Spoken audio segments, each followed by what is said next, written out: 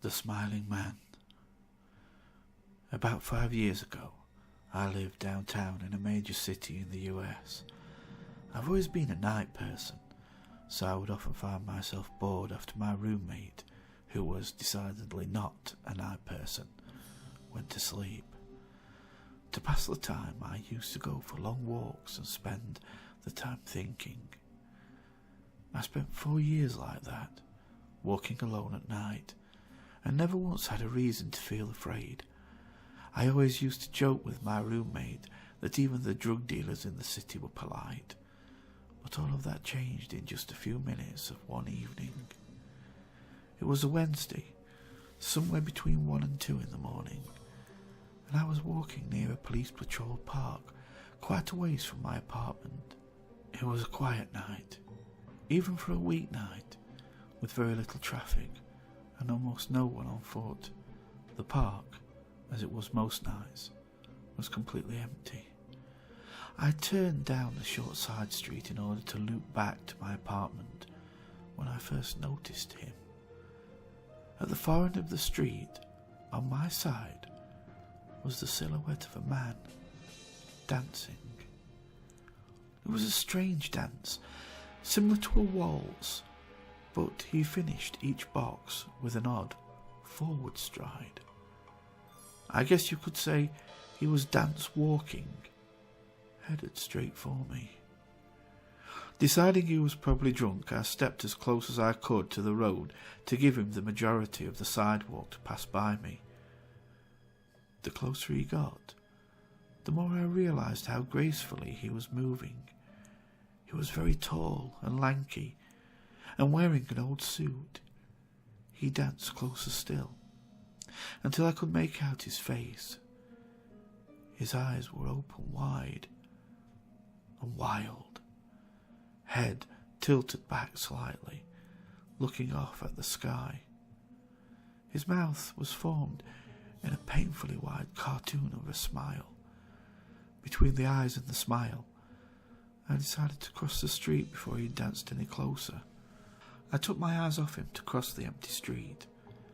As I reached the other side, I glanced back and then stopped dead in my tracks.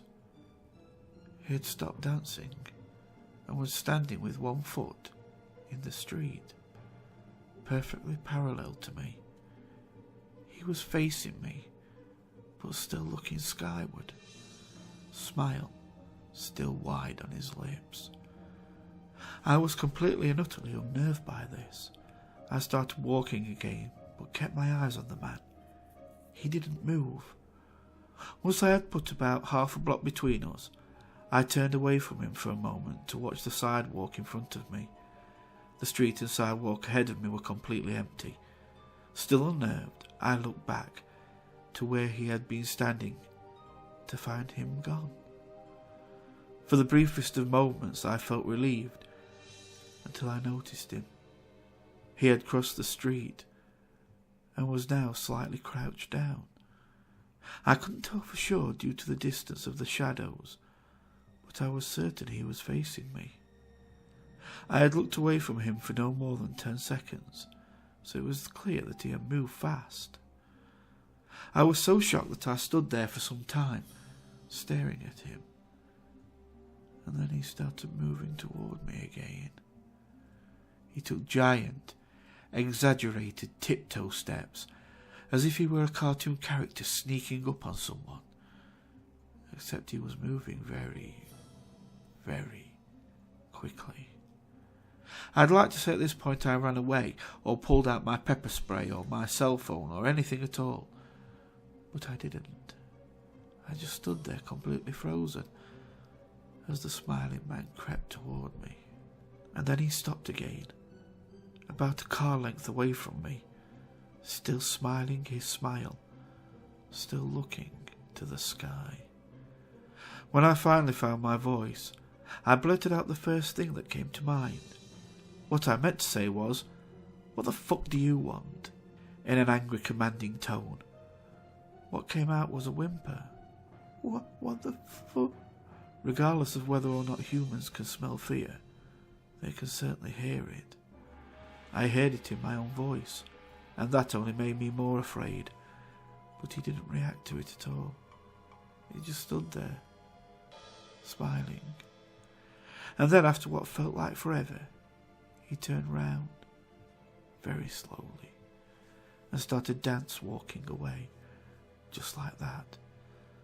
Not wanting to turn my back on him again, I just watched him go, until he was far enough away to almost be out of sight. And then I realised something. He wasn't moving anymore, nor was he dancing. I watched in horror as the distant shape of him grew larger and larger. He was coming back my way, and this time he was running.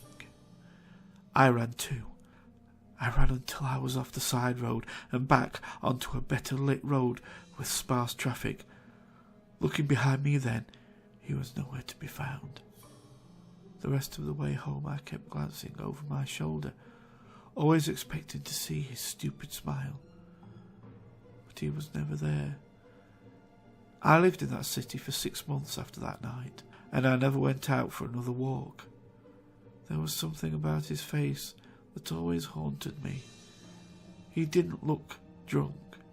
He didn't look high. He looked completely and utterly insane.